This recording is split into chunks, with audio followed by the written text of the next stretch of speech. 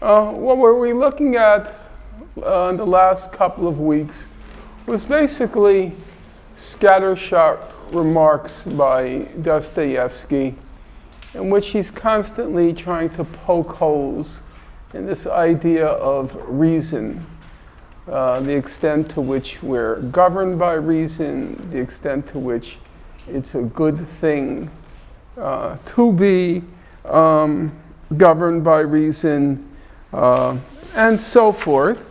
No point in rehearsing the whole thing again. But now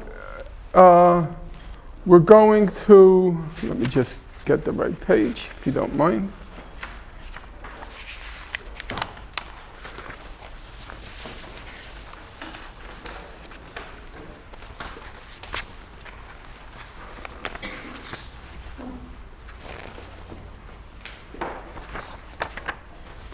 John, I was fearful that you wouldn't come back.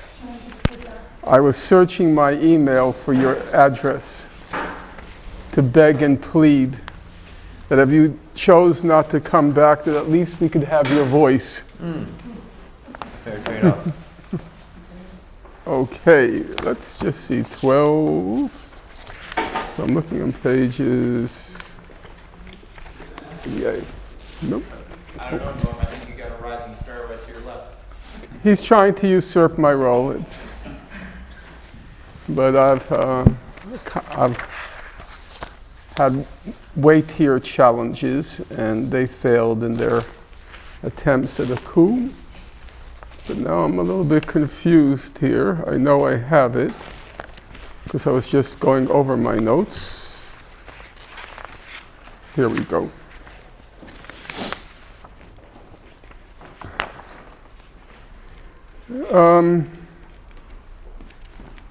And the last thing we did was 12. Good. The last thing we did was we talked about Dostoevsky's claim that reason breeds impotence, that you don't act. When you reason too much, you end up not acting. And we debated that question at some length. And now we're going to get to the less scattered aspect of Dostoevsky's little chapter, and we're going to see his kind of focused attack on the whole idea of utopia. And as I said when we first began, it's my impression that this is probably the most compressed, succinct, and also effective critique of the idea of utopia. I'm not familiar really with any writing that in such terse language gets at the heart of the issues. Not necessarily that he's right, of course, but still that the case is compelling. So let's begin on page 19. You'll see in a moment that his direct target is going to be more in Utopia. So it begins, "Oh, do tell me." Can you read for us, John? Oh, I would love to. Is there a problem? Oh, the problem.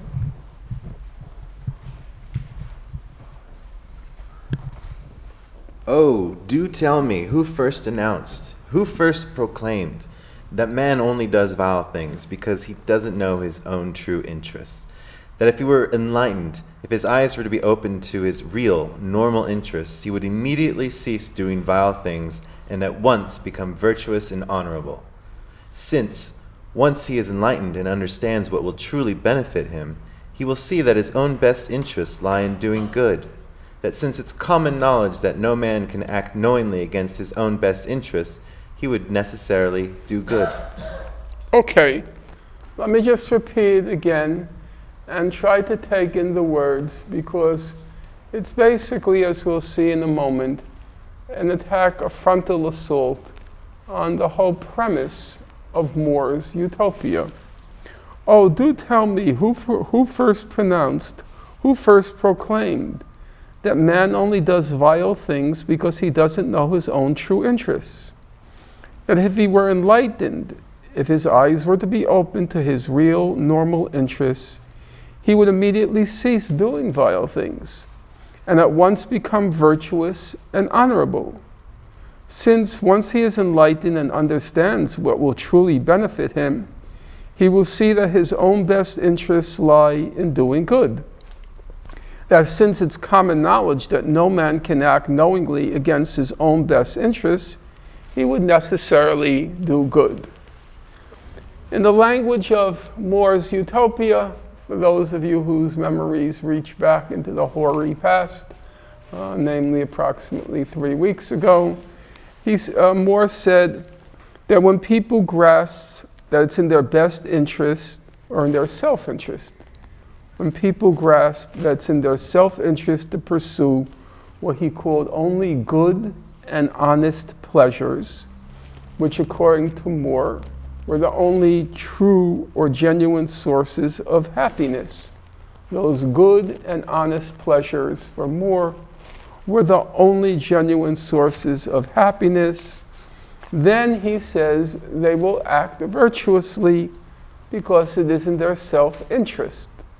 That was the essence of More's argument, that once we are freed from the illusion or delusion that certain things give us pleasure, and once we grasp what's the real source of pleasure, what is good and honest pleasure, once we grasp that good and honest pleasures are the only genuine sources of happiness, and those good and honest pleasures are also virtuous pleasures, virtuous acts. Then More says that we will act virtuously because it is in our self-interest to act virtuously. Because now we understand that the good and honest pleasures, the virtuous pleasures, are the real source of life's happiness. So there's no contradiction in More's view.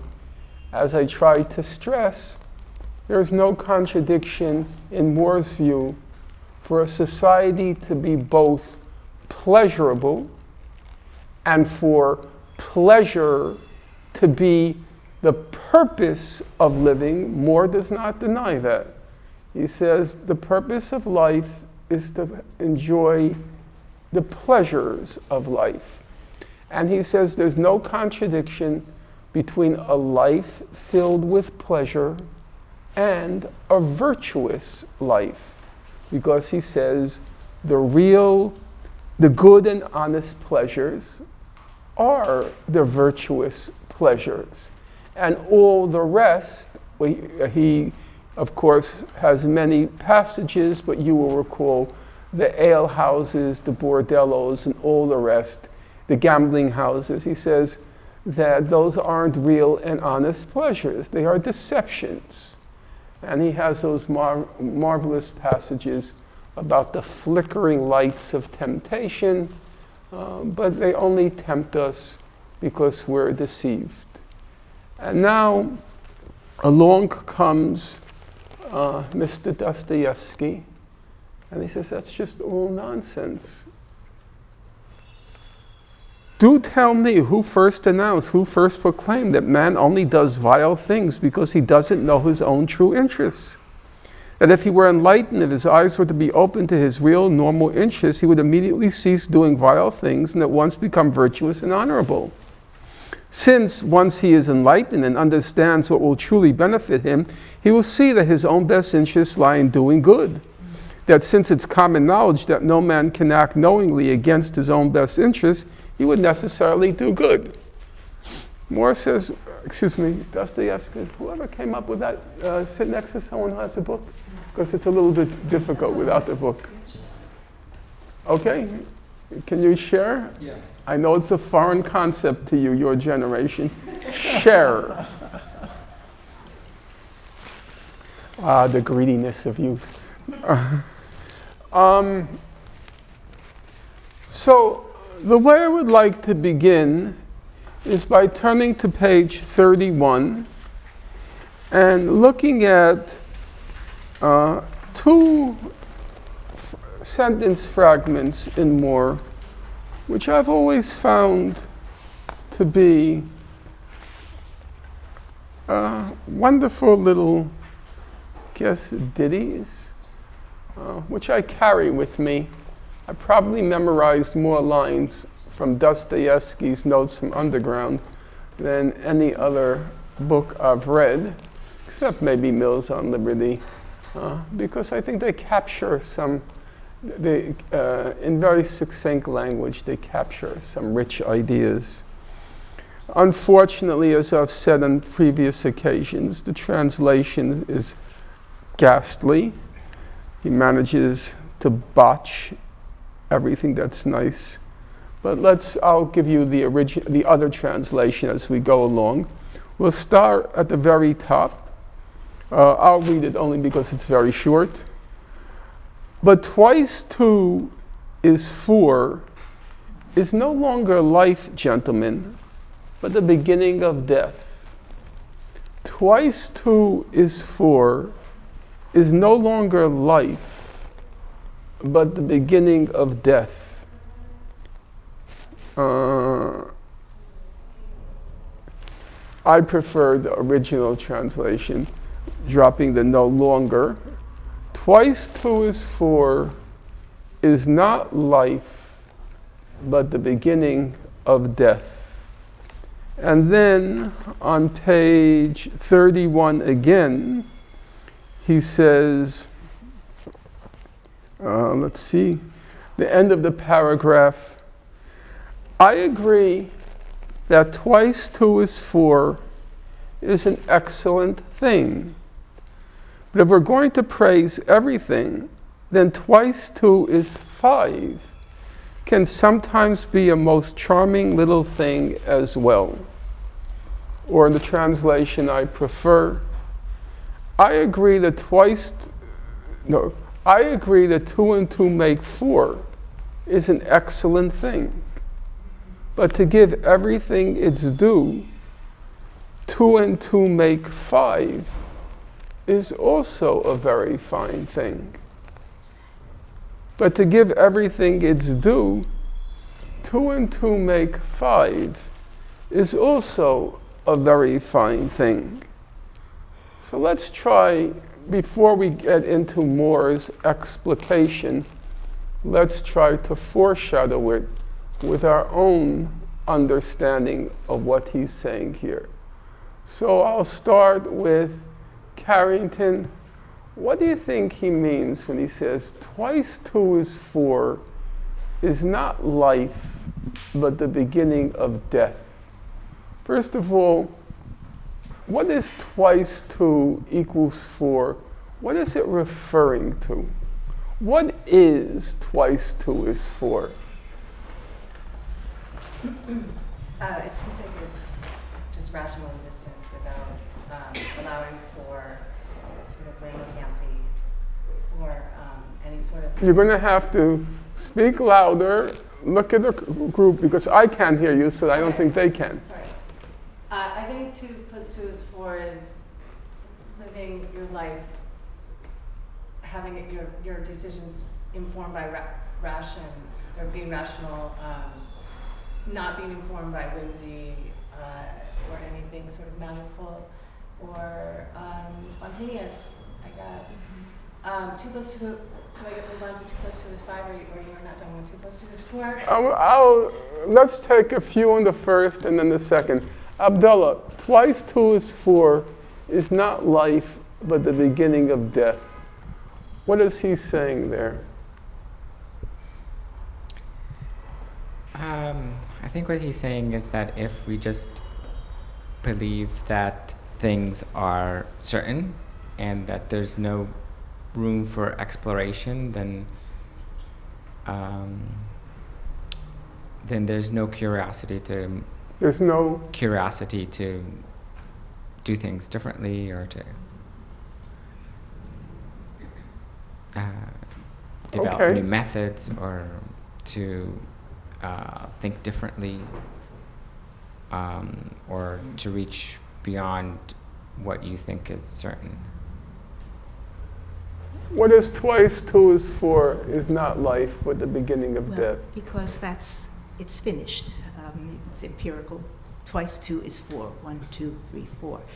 But that it should be that it's twice 2 is 5. It opens it up for discussion. What do you mean? That one can go further and spend an hour talking about. Right, but if I might play not only the devil's advocate, but the rationalist advocate, twice 2 is 4. Yes. Yes. So why, you may want to open it up for discussion, but I regret to be the one to inform you. Well, There's no discussion. says there's Twice 2 is 4. but someone says there's an alternate fact. Well, And that you say twice 2 is 4, but one of the two may be a bit different, so it opens itself up to being something else. except that, no, it doesn't. 2 plus 2 make 4. You can't open it up. It's closed. And twice 2 is 4, but suppose the 2, these 4, are different in size, for example. Someone might say, well, the fact that this is this size and these are mean that perhaps it's not twice 2 is 4. There's more weight given to one of those 4. I think that's a very desperate argument. Perhaps. Dostoevsky says 2 plus 2 equals 4. It's not life, but the beginning of death. But it is 4. So how can it be the beginning of death? Isn't recognizing reality the beginning of life?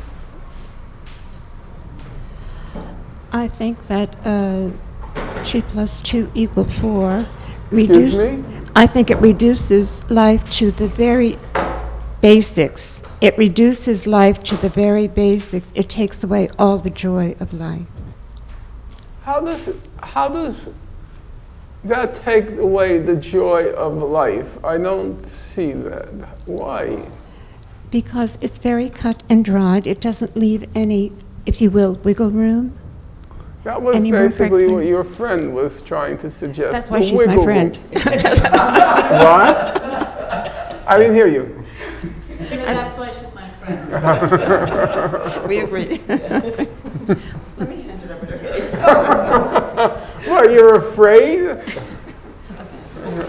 You want wiggle room where, so far as I know, none exists. According to you. No. I think if you went into the supermarket and you gave twice 2 is 4, and they gave you in return 3, as in dollars or cents, you would protest, and if they said wiggle room, you would say, there's no wiggle room. I gave you $4 in quarters, and I want $4 back in bills. So go ahead. What does it mean to you, twice 2 is 4 is not life, but the beginning of death? I don't know if he's thinking about the fact that there's if one believes there's only one way to get at 4, and that's twice 2, or there's always only one way to explain things. There's only one progression of thought that leads to a particular goal. I think maybe that's what he's referring to. I mean, 3 plus 1 could be 4, 4 plus 0 could be 4. I mean, there's a number of ways to get to 4. It doesn't have to be twice 2. So I'm wondering if he's saying if our belief rests in this one way of thinking, which is that twice 2 is 4, and we're not allowing ourselves to experience it any other way, that could be death. That's just what I think. Maybe Barry, I think you're an investment banker, if my memory is correct, Isn't Sure, why not? isn't twice 2 4? I guess the enlightened people sometimes don't want to be too virtuous. I'm not sure what you mean by that. Well, sometimes. Do you think there's something very seductive about what Dostoevsky is going to be saying in the next few pages, especially for those who found more intolerably, unbearably dry? So we have to be cautious while entertaining and deriving some amusement and pleasure from Dostoevsky. We have to also be careful not to be too easily seduced. Twice 2 is 4. Is that death? It's not life, but the beginning of death. You can, of course, argue you agree with him. And I'm not afraid to say I kind of do agree with him.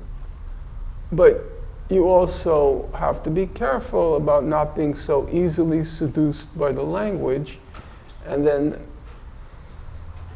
not thinking through what he's saying. I don't want to anticipate where we're going to go later, but is it fair to say, Barry, how old are you now, if I might ask? 38. 38. Would you say that you have led, I'm not going to ask you to explain it, in your own mind, have you led a twice 2 equals 4 existence? I'm living. So Right, but would you describe it as a twice, basically, you clearly don't have, I'm not living death, so but as you review your life, has it been basically a twice 2 equals 4? have I engaged in acts of falsehood? You have to interpret it for yourself. Well, that's pretty much, I lived I'm a, not sure, remember what I've lived a charmed Carrington life. said, what Carrington said earlier. She said, twice 2 is 4. It doesn't leave much room for whimsy. It doesn't leave much room. What were the other things you said? Fancy. Fancy? Magic. It's basically, if I were to interpret Dostoevsky, I think he's basically saying it's living a life according to a formula. And the formula is pretty much given to you, and then you live that formula. And he's saying, other people said that, what was the remark you made, Abdullah? You said that the twice 2 is 4 what? Just remind me, because I know it was. Oh, I just said that it doesn't leave room for exploration. It doesn't leave room for explanation. All the answers are laid out ahead of time. You have 2 and 2, it makes 4, case closed. well, It doesn't leave, it has the feel of, I think, it has the feel of a straitjacket. Very rigid. Excuse me? Very rigid. Rigid, yes. Twice 2 is 4, has the feel of rigidity. But we have to remember, as we are tempted by Dostoevsky, and we'll look at it as we go around the room, that many people have lived a twice 2 equals 5 existence and long for the security, the certainty of twice 2 equals 4. Some people have lived twice 2 equals -7. And there's nothing they would want more from life is a little twice 2 equals 4. And most people in this room, well, maybe not in this room, this is an unusual room, but most people we know live twice 2 equals 4 lives. and don't register a huge number of regrets at it? Barry, so I'll repeat the question. Would you say you've lived a twice 2 equals 4 existence, more or less? And would you say it was life or death? Each moment is a little different than before, so I mean, I can't really say that twice 2 is 4 or 5 at any point in time. Okay. Ephra, what do you say? What do you think he means by that twice 2 equals 4 is not life but the beginning of death? So first of all, it was a relief for me to hear that interpretation. It's a formula because I'm spinning to figure out. Excuse me? It was a relief to hear that interpretation because I'm kind of spinning to know what it means. So I'm like, oh, formula. But I actually feel like maybe it's not a formula. It's some kind of a set rules, a set of logical rules, and that goes into the formula where if I do this, this should happen. But I gotta give a. It's interesting because if you ask me if I feel like I lived a life of 2 plus 2 equals 4, I would say no. But then again, when I look at the faces of people that I sit and talk with, and I, like a tyrant and dictator of logic, I just really uncompromisingly like try to bring them to submission to logic. I just see their face. I'm killing them basically, and I see their faces just dying for me to finish, and then they can not pay attention to what I'm saying and continue with their 2 plus 2 equals 5. So I see how sometimes that rigidity of logic, yeah, it's math, yes, it's true, but there's so much more to us that is unexplainable and doesn't care to explain either. Just go and do completely unrelated to logic. Marin, I agree that 2 and 2 make 4 is an excellent thing, but to give everything its due, 2 and 2 make 5 is also a very fine thing. I agree. Because 2 and 2 make 4 is a fact that we cannot deny. It is the same fact in every country under every sky. That's correct. Nothing will ever change it. That's correct. So if you live within that box of 2 and 2 make 4, you need some fresh air. And the idea that one day 2 and 2 make 5 because there is a blooming tree, because you've seen something that makes you smile, etc. You met someone. So this idea is life.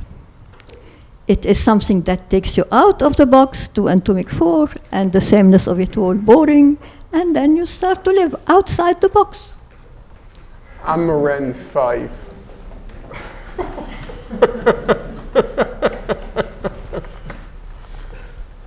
Go ahead. I skip for this time. Okay. My English is not so good. You want to just try? Okay. I skip for this time. Okay, that's fine. I've got so many thoughts on this. I think Dostoevsky was brutalized by the 2 plus 2 equals 4. It's the regime. Like, that's how I translated 2 plus 2 is 4. It's the regime of the world, whether it's nature, whether it's Nazi Germany. It's like the powers that be that you have no control over that affect you. And in his case... Okay, I just want to repeat it. Yeah. She interprets 2 and 2 make 4 as an existence over which you have no control. That it's a logic that's imposed on you, the equivalent of the law of gravity. Go ahead. And I guess in my own life, if I'm very honest about that, I would say I feel like I've had to acquiesce. For example, in like the career I chose and the path I took was boring because I needed health insurance.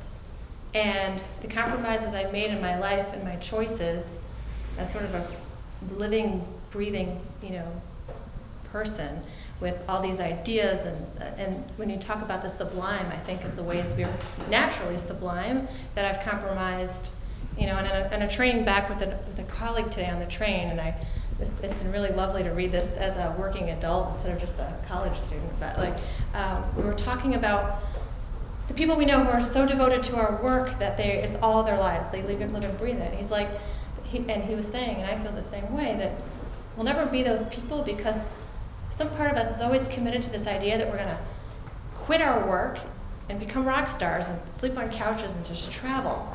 And even if we never end up doing that, we'll compromise the 2 + 2 is 4 just for a sense of our own autonomy that we theoretically always could do that. So, and that's the 2 + 2 is 5 irrational world. That in some ways... Okay, I want to just repeat it. I'm going to stop you. Because these are all things that are going to come back, so I want to just reiterate them. She says that 2 + 2 make 4. It doesn't leave any room for our will, our independent will, our autonomy. And she also said that part of her says, I'm not going to forever live this 2 + 2 = 4 existence. I'm going to someday be a rock star, sleep on couches, and break free, liberate myself, break the shackles, break the manacles of 2 + 2 = 4, and I'm going to fly.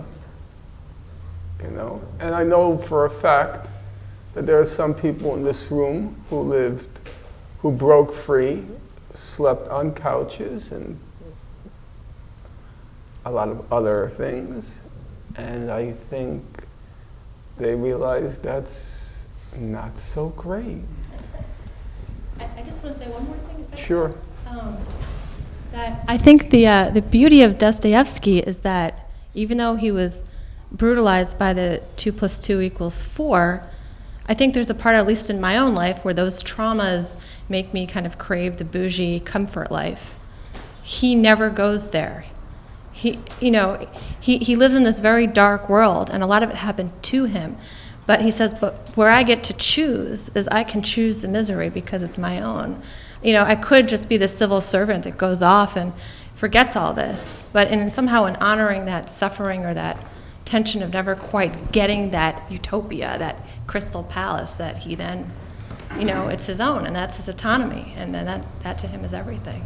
Yes, he's going to definitely say that, and then and there is for sure an argument there, but as we approach that, we're going to see the other side. I lived 2 + 2 = 5 for a large part of my life, and I didn't think it was such a fine thing at night when my mouth was open and cockroaches were crawling in it. And they were crawling in my nose and in my ears and every orifice in my body. He doesn't want to touch, he doesn't. That's 2 + 2 = 5. And he's going to be honest about that, as we'll see. He's going to say 2 + 2 = 5. I hate to anticipate, but such a wonderful passage, I'll just mention it. He says, it's rubbishy, but it's life. You don't have to put it down now because we're going to get there. It's rubbishy, but it's life. It's living. I don't know. You know, we're going to look at it. We're going to think about it. There's a lot there. But it's, as I say, it's seductive as language, but it's also seductive as divorced from the reality of what it means to live a rubbishy life that's 2 + 2 = 5. Phil? I'm going to pass. I don't think I could add much to what I've heard before Okay, me. that's fair enough.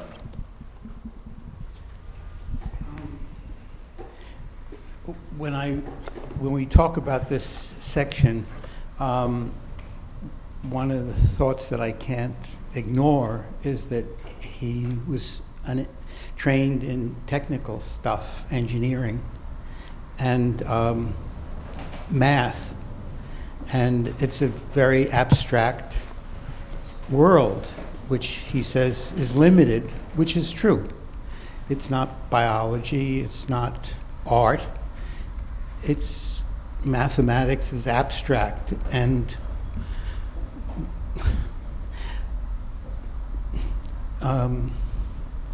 he also, at least I've read some of his biography, if it's so, he was a gambler.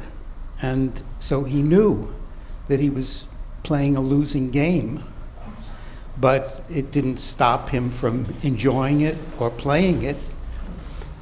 The other thing is maybe more fussy, but as an engineer, and I'm not, I would have preferred that he not keep referring to 2 + 2. That gets a little tedious. But if you've got 3 lines and they're 3, 4, and 5, you always get a right angle. That's math, and there's no getting around it. If you have those 3 lines, you get a right angle every time. So I think there's some play with his training and his ability and his understanding of abstract math. But Guys, I think it might be better if you're there. Otherwise, you won't be able to hear me because it'll be just the back. to say that there's more in life than there's more to life than mathematical abstractions is hard to argue with. Yes, there's lots of other stuff. Cam? Biology and art, all kinds of the whole world. I don't see why reason and human creativity have to be antagonistic. I don't know why you couldn't take 2 + 2 is 4 and logical principles and build upon them. I mean, how would you write a great piece of literature and just ignore the rules of grammar and, you know, and spelling and sentence structure, and just write gibberish? You know, 2 + 2 is 5 doesn't work for anybody but the person who believes it. Then the next person is going to believe that 2 + 2 is 7. And the next person is like you said, 2 + 2 is -7. The only way you have communication with other human beings is if you can speak to them in a language that they understand, and that's what logic is. Okay. Cam is saying 2 things, and I want to restate them. Number 1, he's saying that there's no contradiction between being logical and being creative. That if you're a musician, if you make music, you have to learn the basics of the constituents of music. You have to know the scales, you have to know the chords, you have to know the white keys, and you have to know the black keys. That all creativity functions within a structure. You can't have creativity without structure. You can't have language without structure. As Cam said, there's grammar.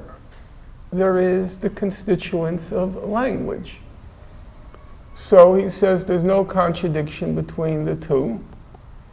And we should also be careful about what Dostoevsky says. He says, let me use the translation I prefer, I agree that 2 and 2 make 4 is an excellent thing, but to give everything its due, 2 and 2 make 5 is also a very fine thing.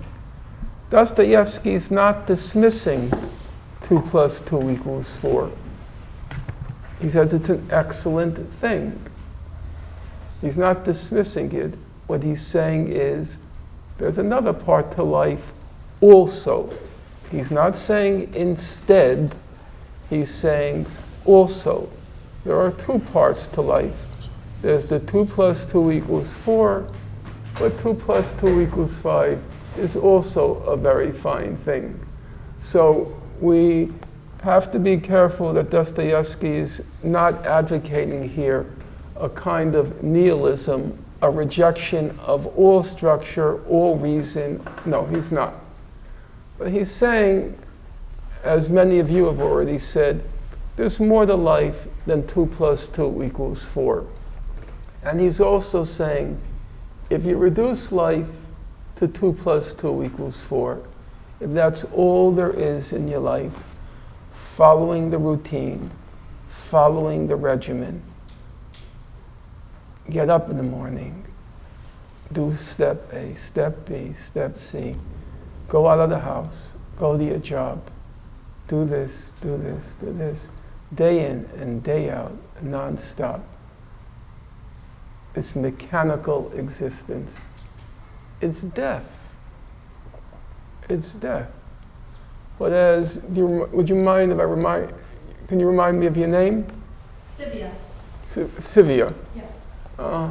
We have to also factor in what Sivia says. For most people, it's a luxury to live 2 + 2 = 5. It may be easy for you if you're successful, or when I was growing up in the 60s, a lot of stuff was free. It was actually not too difficult to live on nearly nothing.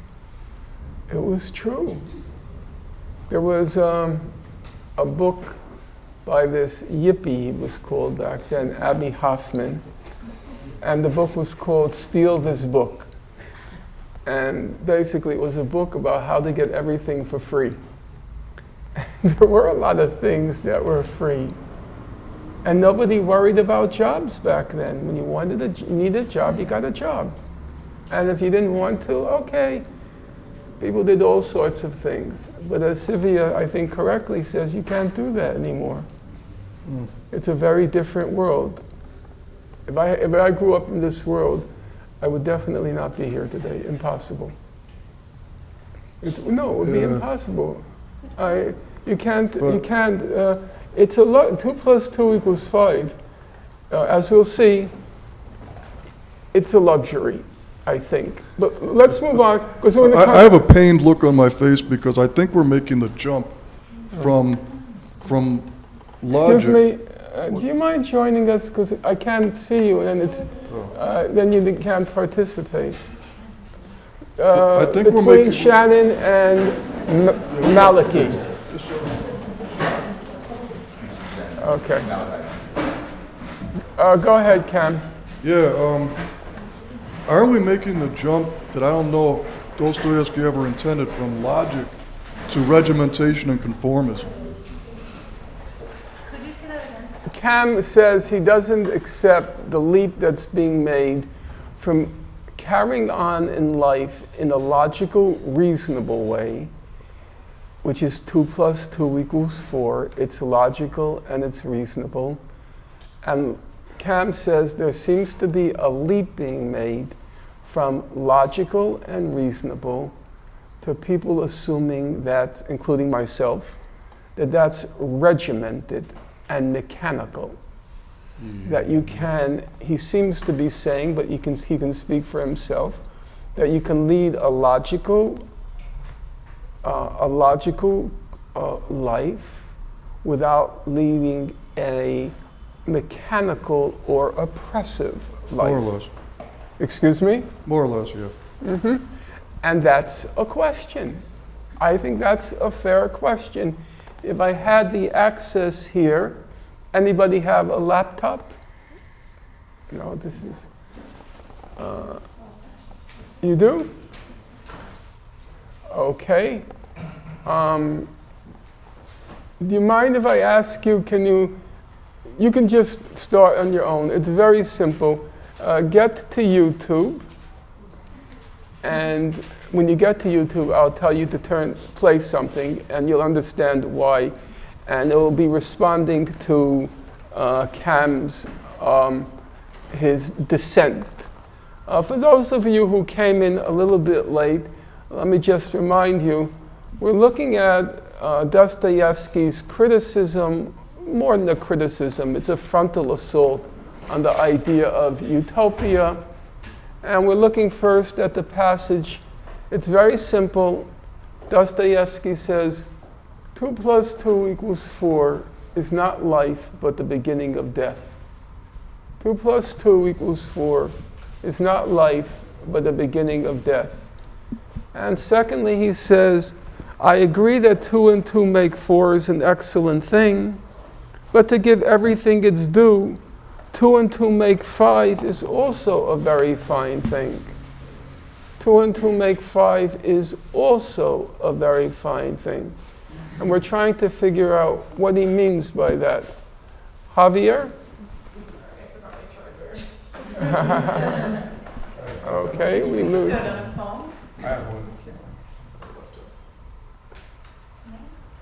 Were you concealing it from us?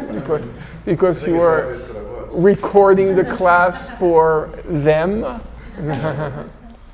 I think in response to him, as far as like the two modes of thinking not being a contradiction, that you kind of need both in order, like you need sort of reason, but you also need to kind of think outside the box and in the realm of writing and stuff. I think that I would say that reason is secondary to the real sort of content that comes out of, like, I guess like something like I want to say something like a creative expression, like, and I would sort of cite my sort of experience with film within that you can sort of have everything technically sound and all the fundamentals could be there, but without the sort of content within it, like without the intangible quality to it, then it's really just going to be, collecting dust on a shelf. I mean, that's just like, I guess how I see it as far as the relationship goes. But I mean, at this point, if I could just restate what Javier said. He said,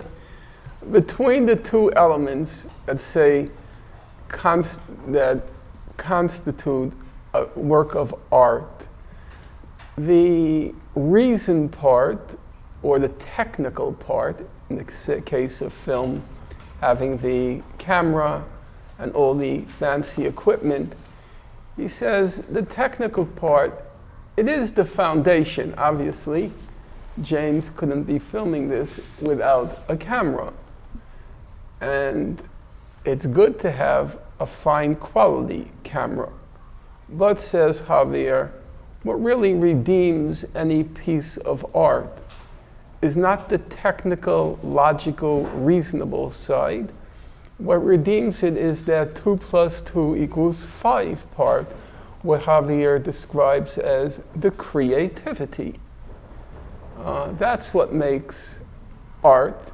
And for Dostoevsky, we can add, that's also what makes life. Go ahead. Yeah. Pass it on. I guess the first thing that I thought of when he said 2 plus 2 equals 4 is the beginning of death is the fact that if you look at life really logically, you have to admit that you're gonna die eventually, and then that kind of calls into question what's the point.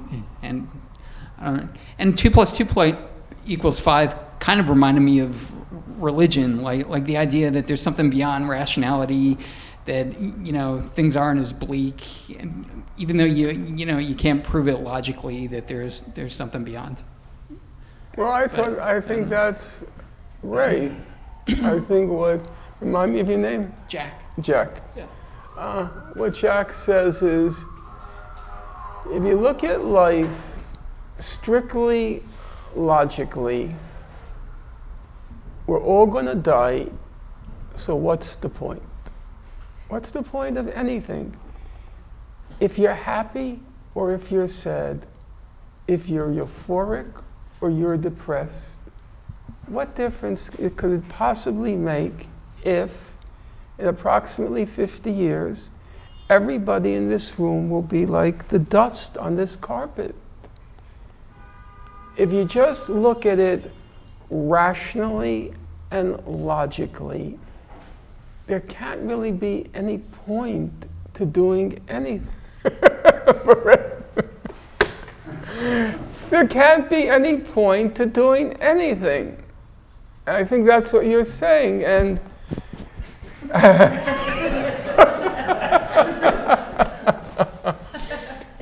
I like. Would you like to dramatize that point in the middle of the circle, so for the camera? Okay. Yeah, I think Jack's right about like 2 + 2 = 5 being faith, and 2 + 2 = 4 is kind of like what medicine was, pages ago. It stands for this kind of oppressive reason, instrumental thinking about the world, and it's maybe an anachronistic reading, but you mentioned Nazi Germany, and there's this, it's a widespread perception that like the Enlightenment and reason and all of that sort of culminated in this outbreak of barbarity and death, and there are no numbers in life in the world. Those are things you abstract from what you actually see and experience, and I think there's maybe the suggestion that kind of instrumental thinking is dehumanizing and leading the world in a bad direction. And do you agree? Yeah, I think it's definitely true. It's not the whole story, but it's hard to say that it's wrong. Mm-hmm. Did you manage to get the? Okay, it took me a long time. It's okay. The technology was not working, but I think I'm on.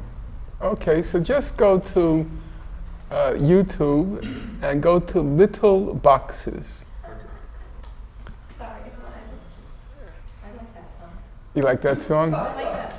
Oh, it's going to be a reaction, I won't call it a response as if it's an answer, but it's a reaction to what Cam said, and we'll hear.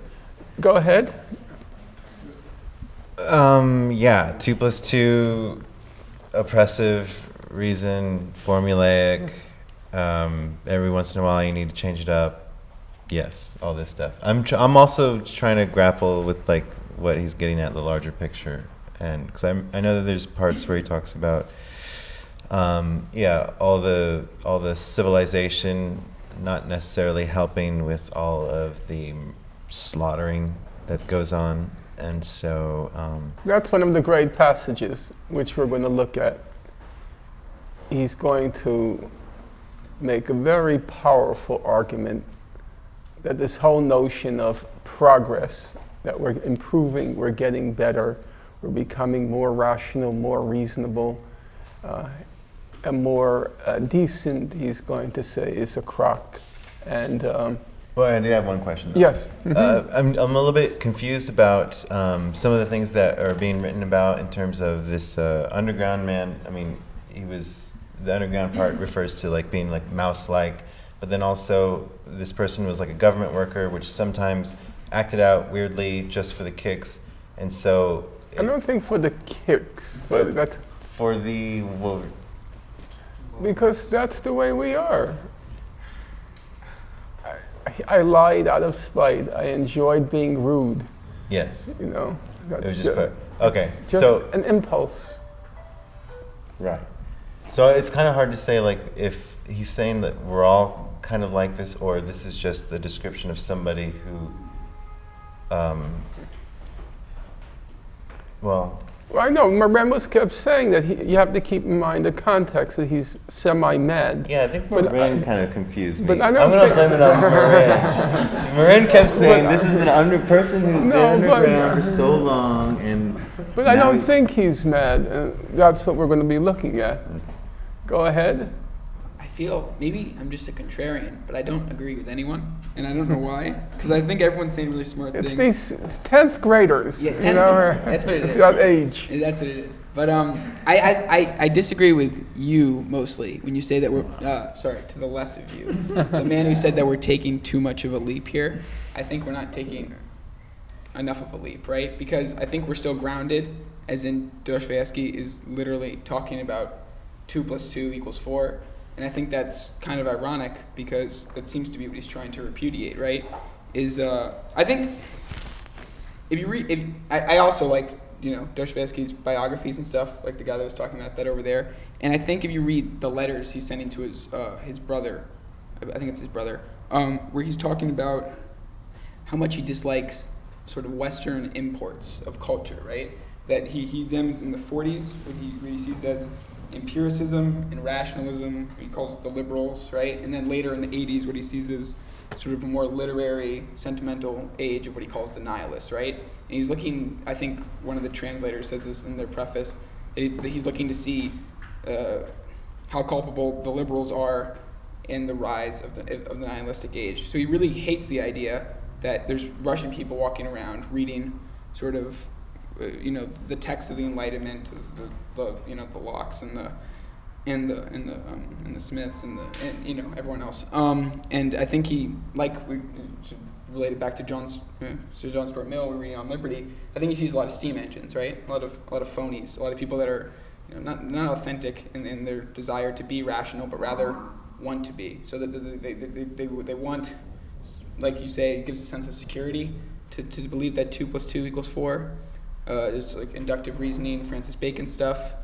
But I think Bertrand Russell put it best that, just because there's a duck one day and then a duck the next day, and then doesn't mean there's going to be a duck tomorrow, because what if someone comes along and just cuts the duck's head off or something like that?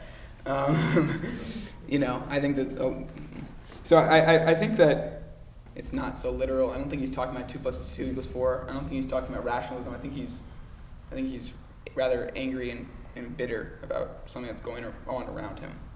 Well, I think one of the things, I'm not sure if it's anger or bitterness. I think he sees all of these people in the 19th century conjuring up utopias, which he thinks it's contrary to human nature, what you're trying to do. You can't make a blueprint for a perfect world, because human beings will just never fit in. But we'll see it. Go ahead. And welcome back. Thank you. I agree with a lot of what was said so far, but I also think that twice 2 = 4. When he says twice 2 = 4 is the beginning of death, he really means that it's the loss of individual thought or critical thinking, thinking for oneself or thinking within the framework within a certain situation. So when you take out critical thinking, then there's no individual thought. You've killed a mind, and to kill a mind is the beginning of death, because people just act. They just react. There's no cause effect. There's no action reaction. There's just reaction. So you've taken out one component. I want to just reiterate what was said. Twice 2 = 4. It lacks any individuality. It's always 2 + 2 = 4. And then where is the element that makes us different? If we all live a twice 2 = 4 existence, then there's not much there that is distinctive to each of us. We're all just a 4. Did you manage to get it? Is it this? Little box is Malvina Reynolds. Yeah. Do you want to play it? Yeah, if you can play it as loud as you can. Try to put it in the middle. The speakers are a little busted, but hopefully it works. Excuse me? Oh, that's an idea. Look at these techies. She said, put the Wait, there's a cinnamon toast crunch in it. Please skip it. Okay, just hold it for one moment. This was a pretty famous song at the end of the 1950s. And it's a woman, her name is Malvina Reynolds. And she's one of the early critics of suburbia. Little boxes made of ticky-tacky, little boxes on the hillside, little boxes all the same. There's a pink one and a green one and a blue one and a yellow one, and they're all made out of ticky-tacky, and they all look just the same. And the people in the houses all went to the university, where they were put in boxes and they came out all the same. And there's doctors and lawyers and business executives and they're all made out of ticky-tacky, and they all look just the same. And they all play on the golf course and drink their martinis dry, and they all have pretty children, and the children go to school, and the children go to summer camp, and then to the university where they are put in boxes and they come out all the same. And the boys go into business and marry and raise a family in boxes made of ticky-tacky, and they all look just the same. There's a pink one and a green one and a blue one and a yellow one, and they're all made out of ticky-tacky, and they all look just the same.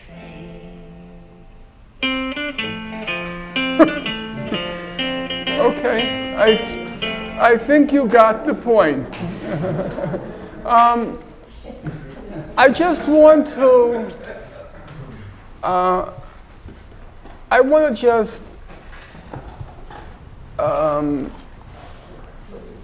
make one point. Everything along the way I kind of agree with, I have to say.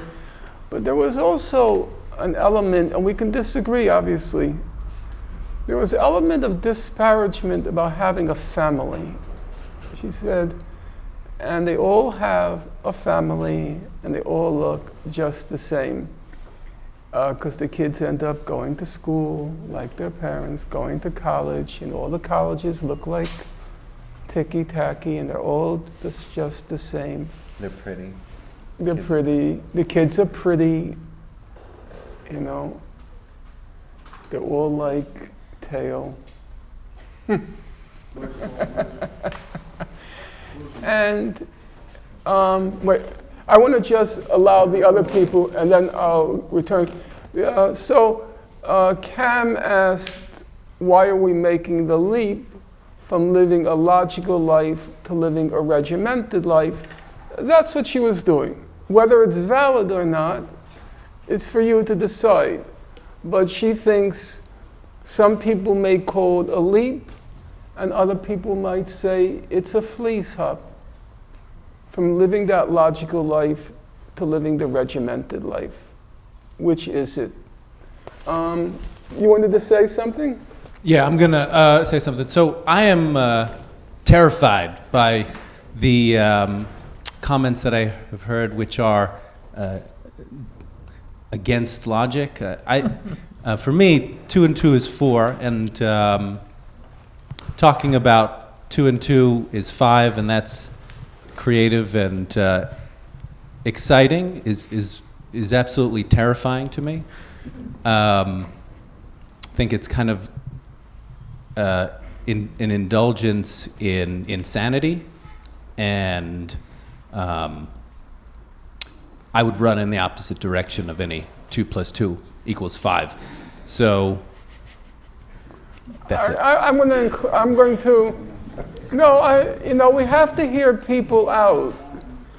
I think if I can restate in different terms, what James is saying is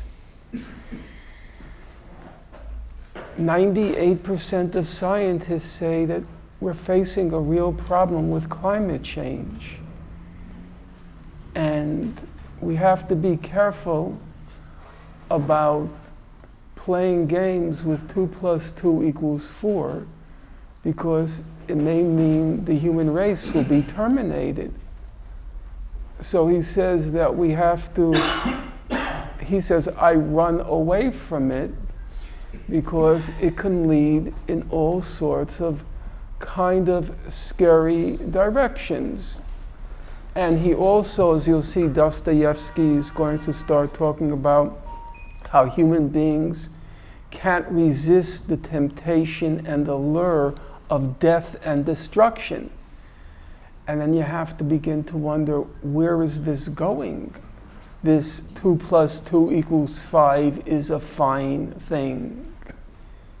And he says, James says, and I'm restating it, but I kind of know where he's coming from. He's saying we have to be very, very cautious and careful before we repudiate or reject the 2 + 2 = 4 life. Go ahead. Hello, everybody. Apologies for coming in late and disturbing you guys. My name is Mark. I just wrote down some things, and just bear with me as I read it. The author's name is Dostoevsky. Dostoevsky. Okay, so hearing you read his passage, it brings a few things to me. The 2 + 2 is a true statement, and hearing you reading it reminds me of the true equation of like a utopia, or the redundancy of, like you said, the little boxes. You know, that replication of you are expected to grow up and have a family, produce 2.5 kids, get the white picket fence, start a cycle all over again, so on and so forth. Those are like regimented rules that we live by and rise up for. The conundrum comes from, actually forgive me, back here. So it says the rules and go about their day-to-day following those rules in the 2 + 2 = 4 environment. It's almost mechanical, hence death. But it's also, the 2 + 2 = 5 is a chaotic society, almost a society full of artists and rebels. And it's a call for those to go against the rules and live out their own views and own dreams and rise up against the norm, the societal norms. The conundrum for me comes from, if we all live the 2 + 5 existence, as this gentleman was referring to, what becomes of society? Do we all become awakened and alive and artists and live out a fruitful life? Or do we clash with the other rebels around us? Because no rebel within that 2 + 5 is going to have the same viewpoint. So is it safer to be part of, the matrix? Or do we really want to step outside the matrix? Okay, I want to... a quick question for you, sorry. What show was that was on the show, that song? What show? It was an intro to a show. I don't know what show it was. I wouldn't know, but maybe it was. Just Google. No, but he says it was an intro to also a show, but I don't know. I want to just reiterate one point that Mark made. The point being, one has to be careful that Dostoevsky himself is an artist. And maybe he is projecting too much an artist's existence, that one component of a society consists of artists who live a 2 + 2 = 5 existence. That's the artists in a society. But then the question has to be asked, number one, is everybody an artist? And number two, what becomes of society, as Mark says, if everybody starts living a 2 + 2 = 5 existence? I certainly wouldn't want the person on my subway, the engineer, doing any 2 + 2 = 5 on the job. So a lot of them get stoned because they can't stand the 2 + 2 = 4. And I can understand that. But I'm not sure you can tolerate it from an artist, but you don't really want your subway conductor to carry on that way, except in off-peak hours. Go ahead, Albert. Well, actually, I've been in a little bit of a daze hearing all the comments, because I think it's just the truth is the truth. 2 + 2 = 4, and you have to like it or not. But I think the issue is that we're assuming that, of course, 2 + 2 = 4 is just obvious, but most things in life are not. And a lot of the reaction to the 2 + 2 = 4 statements with regards to questions and answers in life is that the answers to those questions are not so obvious, and they're complex and they're difficult to answer, and thinkers across eons had always different ways of framing the questions, how to answer them. For instance, one person mentioned, if there's no God or afterlife, then that concludes that the reason concludes that there's no real purpose to life, so why should I? What's Not even my class. Well, like what's the point of living? And thus there's an impulse to get away from reason, so that we can feel the worth to live while rejecting the reason. But that might just be because a particular person doesn't know how to particularly frame the questions and the proper answers to why life might be worth living if there is nothing beyond the physical world. That doesn't necessarily mean that we have to reject reason. It might just be that what we think of as reason is flawed. Like, for instance, my personal answer to that is, I kind of find it odd that we have to project something external to ourselves as the reason for life's value. For instance, there are many people who pursue fame or glory or to be written in history books, but those people are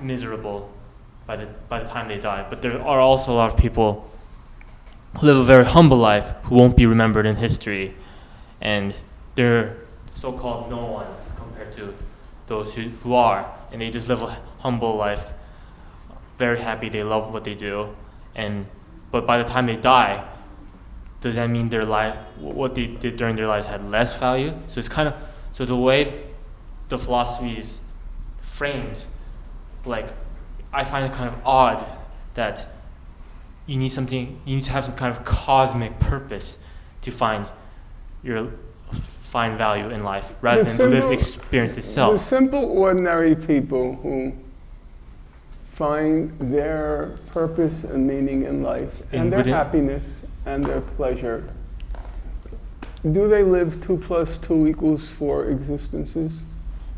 I'm not sure how that's relevant, though. I'm curious what you think. They raise a family, they find the little pleasures in life on the weekend or a 2-week vacation each year. They have children, they have grandchildren, and at the end of their lives, they derive a certain sense of satisfaction from their kids being healthy, maybe doing a little bit better than themselves. And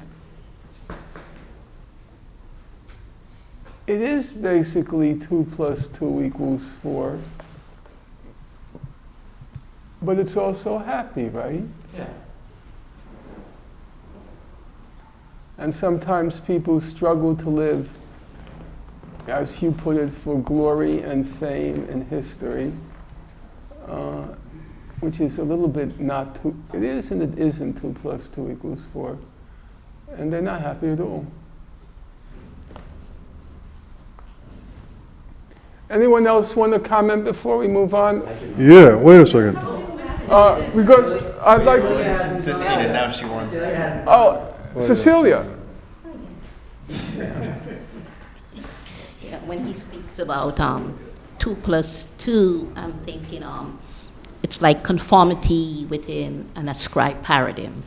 And within an ascribed paradigm. Yeah. Mm-hmm. And to go outside the peripheries is like to venture, like Don Quixote on that impossible. I'm going to talk about him.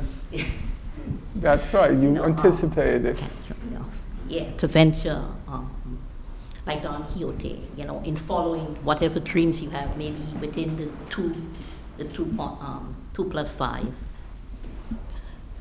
And like it,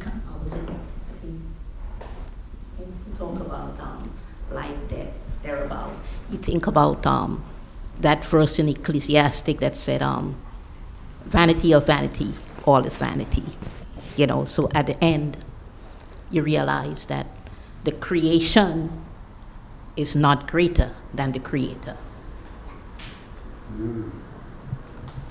What? You think all is vanity? When you say all is vanity, you're basically saying we're all fooling ourselves that there's any purpose or meaning. You said, remember thy creator. You know, at the end of the day, vanity of vanity, there's a time and there's a season.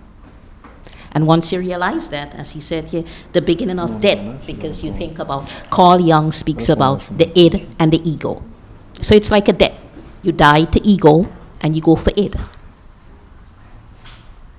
You go towards eternal destiny. And once you realize that one day you're going to die, you live in the midst of death. You decide to live. You're killing me. Wait a minute, hold on. Can I neg on my past now? Yeah, one last comment, because otherwise Hold on, we're one going to thing, be though. in eternity I can before we see, finish this book. Go ahead. All right, look. I just want to renege on my Yeah, no, I was just gonna say, the song was meant to answer my question, I'm still kind of stumped. I don't know if, I don't think my question has been answered. We need a. Okay. Cam says to believe. It's not a mic, Mike. It's a mic for James. Okay. So it's because of James and Mark that I was definitely catalyzed into making a set of questions and notes. Oh, nothing bad, don't worry. First of all, I want to understand, so the corollary of Mark's statement is, do I want to live in a world where everybody is 2 + 2 = 4? So there has to be some spectrum and moderation for allowing differences within it. For myself, when she talks about family, we go back to Monday, and what's a family supposed to be? I sure wasn't going to breed one up, so I created a family of choice through my life, but that was 40 years ago. We couldn't do that. You didn't have that. And if you had a group of friends, it's still, so the word family is a large connotation. So I understand what James said, but I don't really understand it, because it's not that everybody goes one way or another. And I look at things like economists who we believe are scientists, but really are nothing but soothsayers, because they don't replicate their experiments in terms of they're not real. They come across on TV and we revere them as if they have true science behind them. But it's all just theory, and the practical of it doesn't really work. It's the same thing with finance people. It's nice, but there's a manipulation of the system once you start uncovering the numbers. So whereas 2 + 2 = 4, in reality, those numbers statistically can always be manipulated, so that what you think you see number-wise doesn't really come out in real life. And then to piggyback on Mondays, I want to talk about people with characters. So people like Oppenheimer, who was a scientist, who would believe in 2 + 2 = 4, then saw the results of his experiment and then realized, which caused him to devolve, to have a nervous breakdown because of the deaths that he uncovered. And I think about King on Monday when we watched that, is, to me, it was the speech the year before that he made at Riverside when he called them out on the Vietnam War, which then isolated him from his own community and supporters, a year of depression and loneliness, because they all felt he sold out.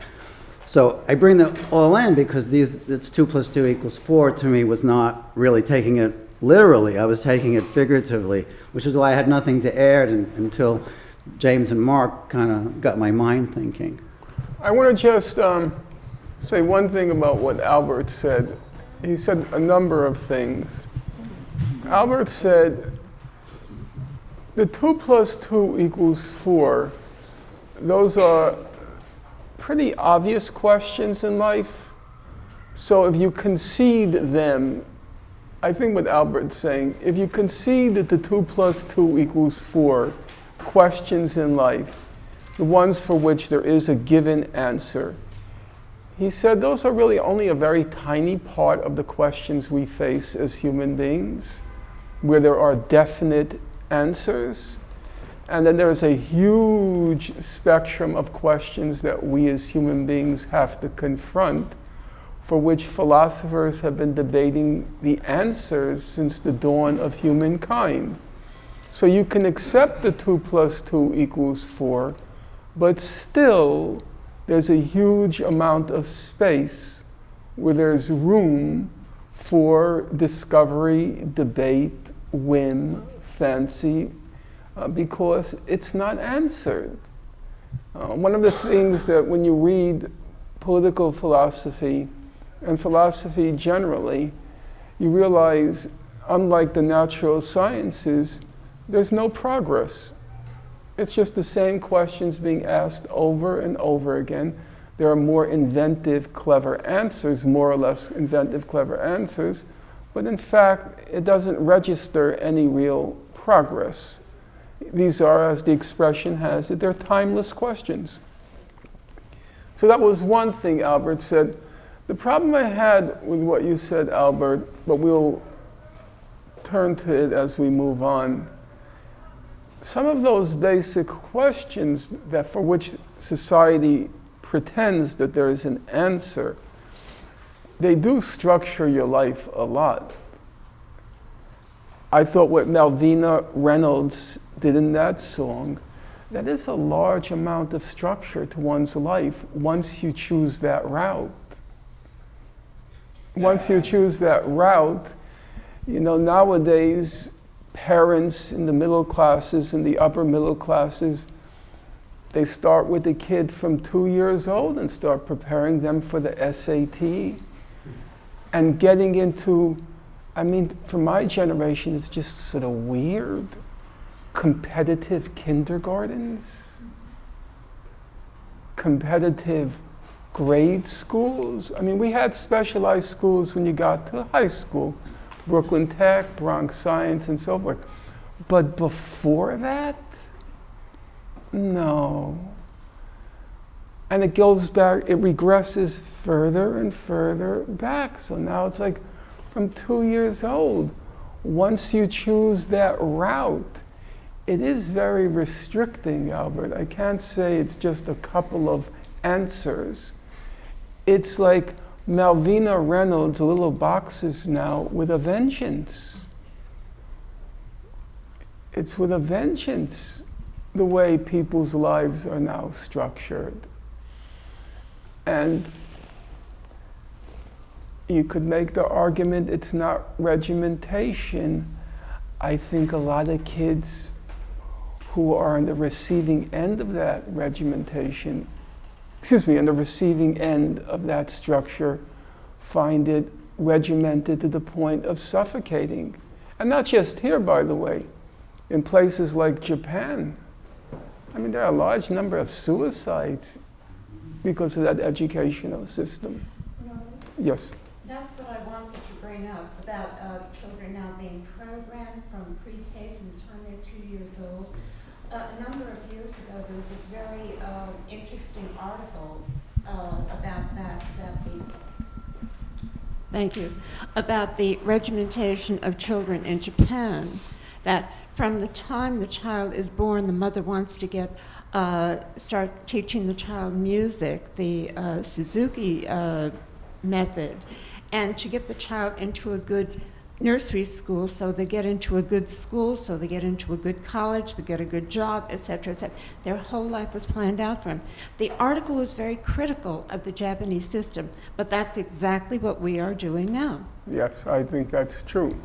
I remember my friend told me she lives in Princeton, and she works at Princeton, and she talked to me about a neighbor, and the neighbor is showing her house. And she points to a room downstairs, and the neighbor says to her, now the kid's like 6 or 7 years old, and the neighbor says, and that's where he's going to sleep when he goes to Princeton. I mean, first of all, face? No, absolutely, no. And you know, it's a roll of the dice if you're going to get into Princeton for anybody. But she had the whole path set out for a kid who's like 6 or 7. So I can't quite agree. I think we're moving much more, we're taking the regimentation to radically new degrees. I mean, I agree with that, but I'm not really sure how that's a response to what I said. I'm sorry, but I was a bit confused. Because you said the 2 + 2 = 4 questions in life are just the basic ones, and there's still a lot of other areas where there's a lot of room for discovery and contemplation. But if you take 2 + 2 = 4 to be the basic framework of life, then the framework can be is becoming more and more constraining, constricting, suffocating. I don't think it leaves much room.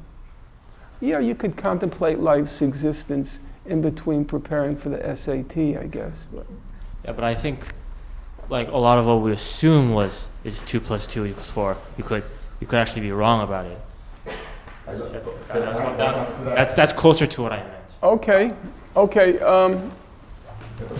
just respond. I didn't mean that there's like a basic framework of where there's 2 + 2 = 4 answers I that are understand obvious. what you're saying. Okay. Just a quick response, if I could be quick with this, because this is kind of personal for me actually, because I went to, I have parents who worked very hard to make their children's life regimented and normal. My dad's always been a very hardworking man, and when after going through school, paying all this money for school, saying, I want to work in TV, I want to write. Well, where are you going to get paid from? How are you going to know? Like, when's your next? So he was more comfortable with me having a regimented life, but that was the way I couldn't go. I think that in engaging this particular text, we have to do it from a different point of view. And I think that hearing the 2 + 2 = 4, thinking it as a destination, we're all going to live and die. So we're all going to fall into that 2 + 2 = 4. That is what is, that's not going to change. But if you can get to 5 as a place of enlightenment or transcendence, where you could see a different perspective in the midst of that 2 + 2 = 4, then you've made your life worth living. Someone said something once that really stuck with me, and it was very intelligent, it was very insightful actually. I always take credit for it. On your tombstone, there's only 2 dates. When you're Say born, that again? On your tombstone, there are only 2 dates, when you're born and when you die. Life, however, is in the dash.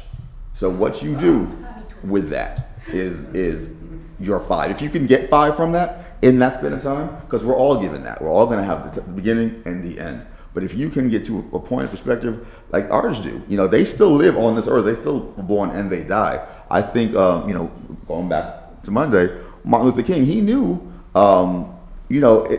because the math added up. He knew what road he was on, but his life was fulfilled because he got to 5. And also, I think that there's another caveat here that we have to explore as well, which sometimes, depending on your perspective, sometimes the greatest contribution a person may have may be in their death.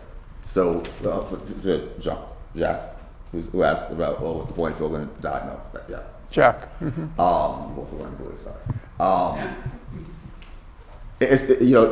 The point may not be self-serving. It may not benefit you, but but there is still a point. You know what I mean? So I know it sucks if you don't get to enjoy it, right? Yeah. But yeah, so I think it's my perspective. I think 2 + 2 = 4 is not necessarily it's more of a destination, a starting point and ending point, and that's what it is. You could argue it all you want to, but that's what it is. You can still get to 5, and it doesn't mean you have to walk around with your head in the clouds and be a nonconformist or an iconoclast. You can have a unique perspective, a different perspective than the one that everyone else has. It's like last one they were talking about workers and managers. Worker bees are task oriented. They do what they're told to do. But like the manager bees or the queen bees actually know why we do what we do, that make them more advanced and give them they're on 5 versus 4.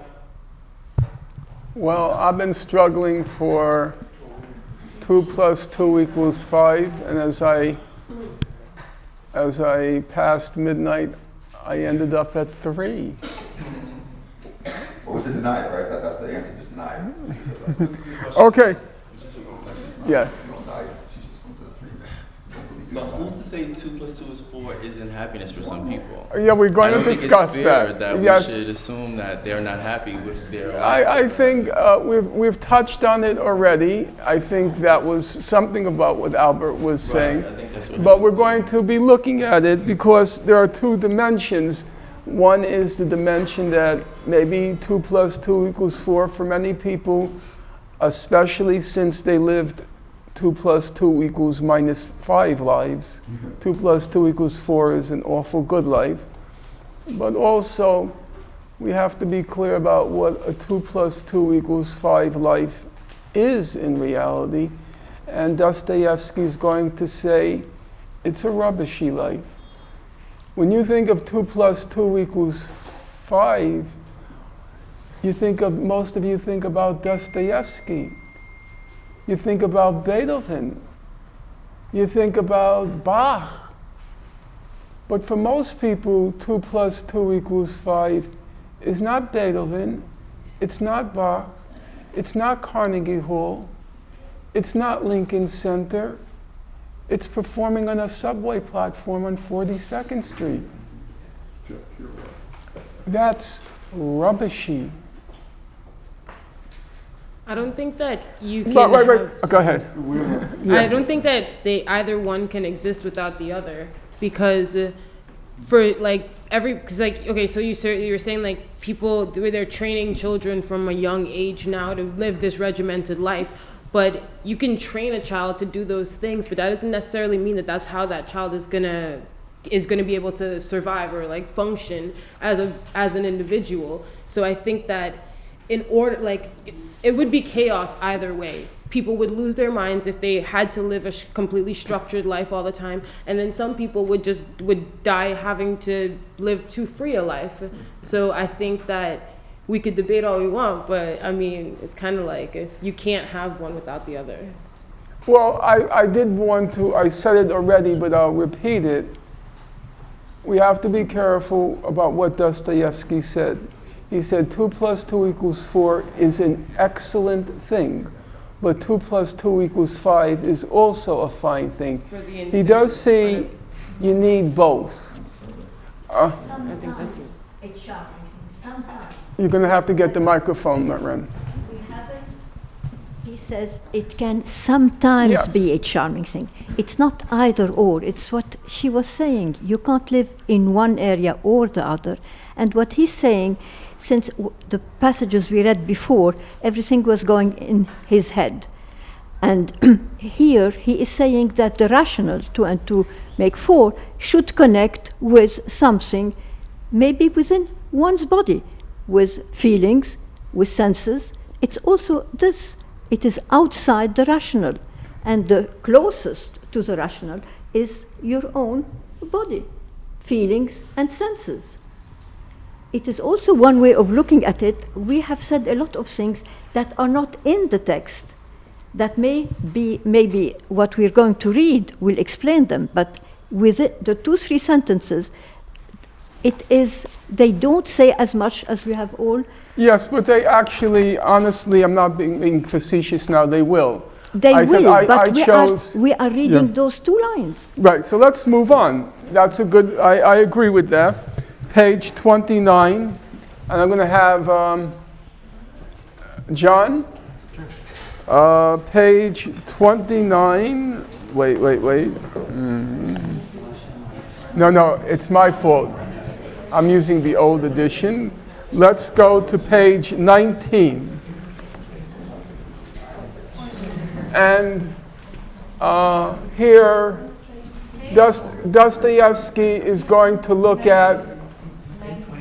No, that was a mistake because I was looking at from the old translation. The new one we are using, it's page, okay, let's see. No, because I have 2 translations here. Let's see. I think it's page 19. Let's see, I have here, yes, page 19. Your 19 is what? Yes. Okay, but it goes a little further down. Yeah, okay.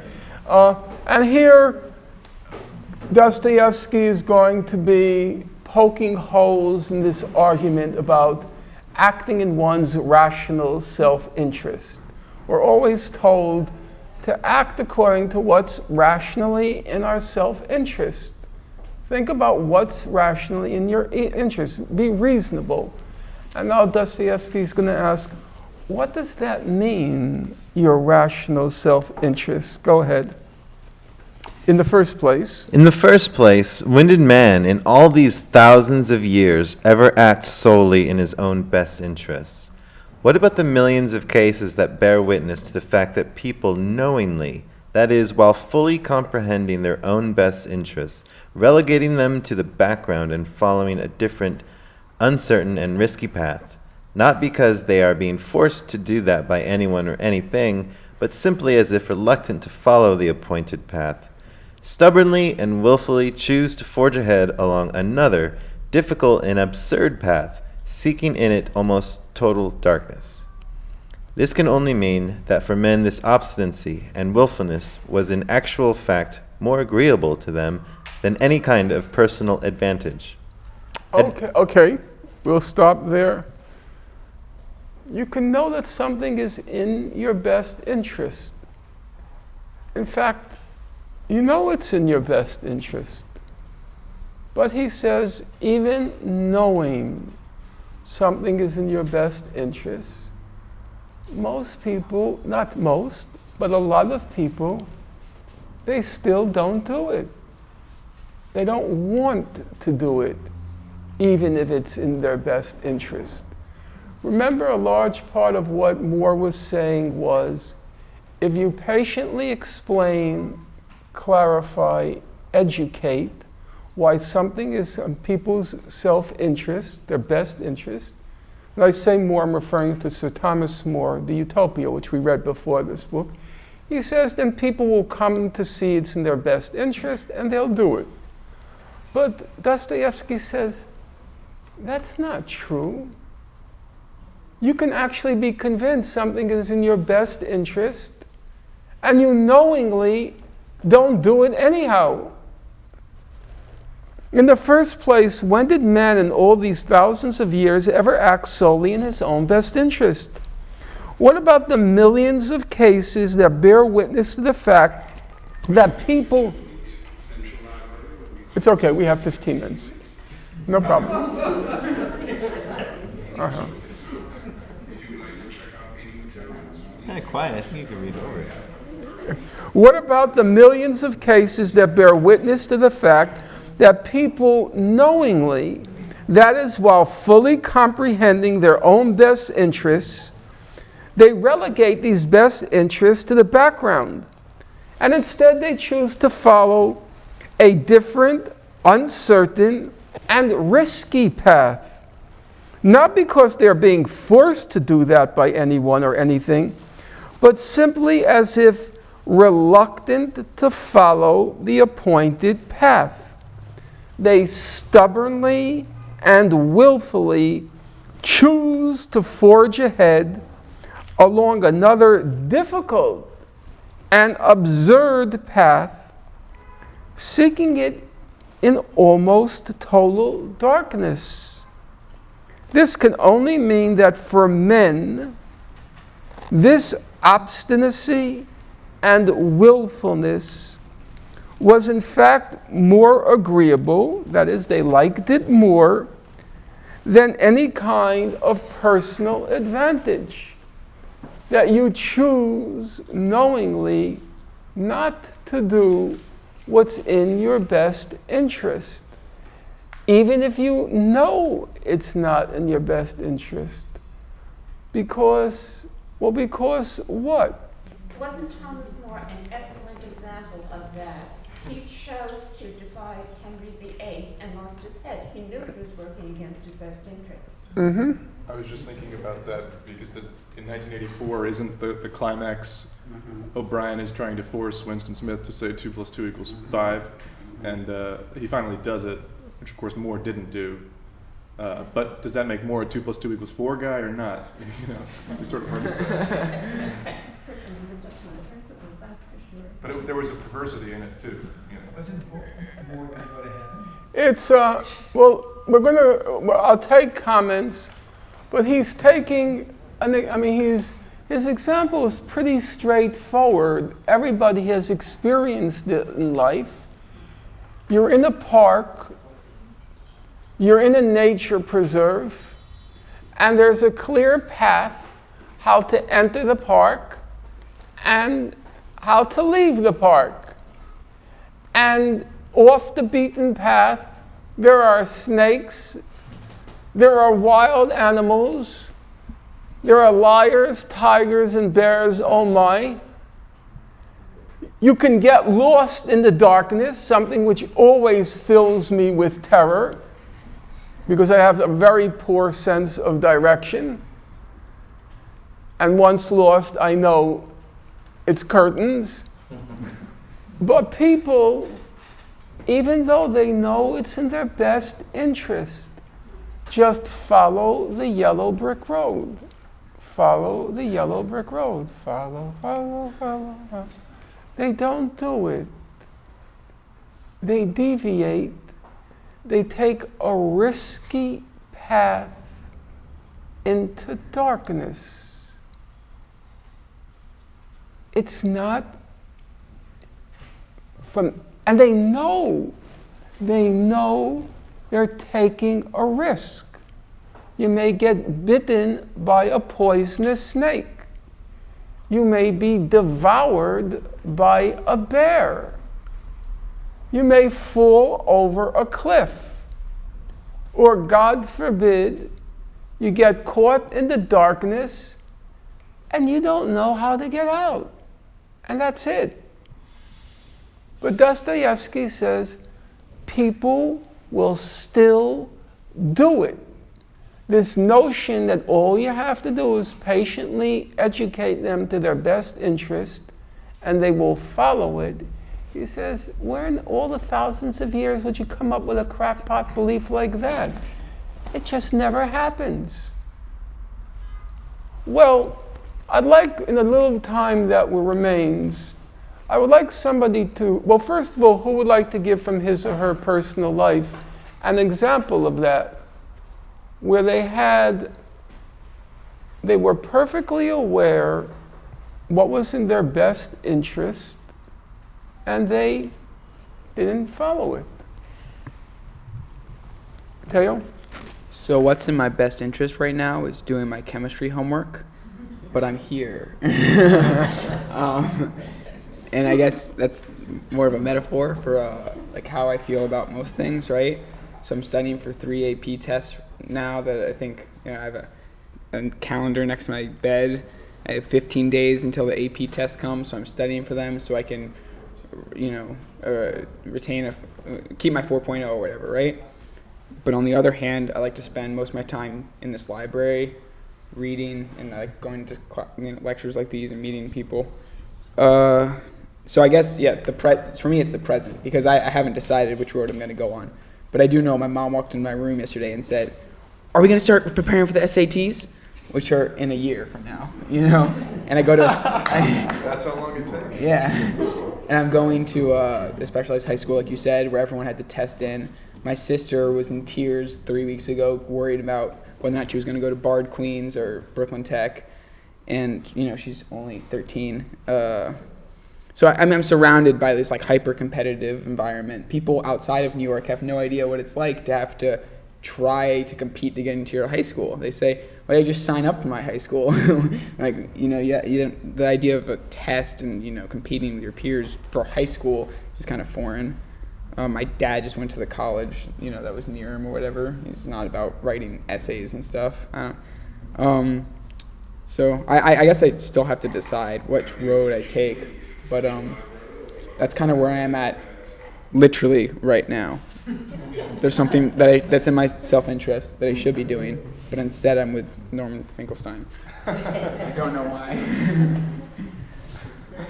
Much more of your self-interest. Quickly, I had a... Well, you said something, if you just give me one moment. Barry said something in passing, which is, I think, an important point. He said it's much more in your self-interest to be here.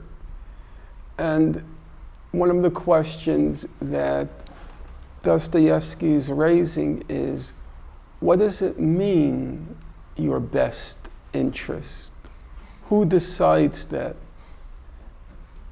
Is there one clear best interest? Is it in your best interest as a human being? Is it in your best interest to take the lighted path that's marked out in the park or the nature preserve? Is that in your best interest? What does it mean, your best interest? If you take all or make all the safe choices, it is true, and we shouldn't diminish it, and I'm not being facetious here. You will live. And that's not trivial, because if you go off the path, you can get bitten by a snake. You can get devoured by a lion. and you can fall off the cliff. And as many of you know, you can get lost. There are a lot of people my generation who went off the path. They ended up Lucy in the sky with diamonds, and they ended up dead.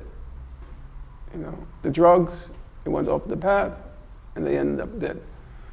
So I'm not going to trivialize the dangers of going off the path. But then there is the other question, is taking some risk in life your self-interest also? Is plunging into the darkness your self-interest also? So Barry says it's maybe in your self-interest to be here. And that's one of the questions that Dostoevsky is going to be posing. How do you know who decides, and what does it mean to speak about your self-interest? Go ahead. I'll be quick. Just an example that you was asking about. I had the opportunity of moving to Texas for the 2+4 great job, but chose the 2+5 risky opportunity to stay behind in New York. And I think it comes into free will in that situation. You know, you're obstinate in the sense of going the way that you want to go, because if you don't, you'll never know. You'll always be wondering, you know, what if, what happened? So it's easy to follow the path that someone else marks for you, but you want to follow your own path because it's kind of sort of human nature as well. Go ahead. This is not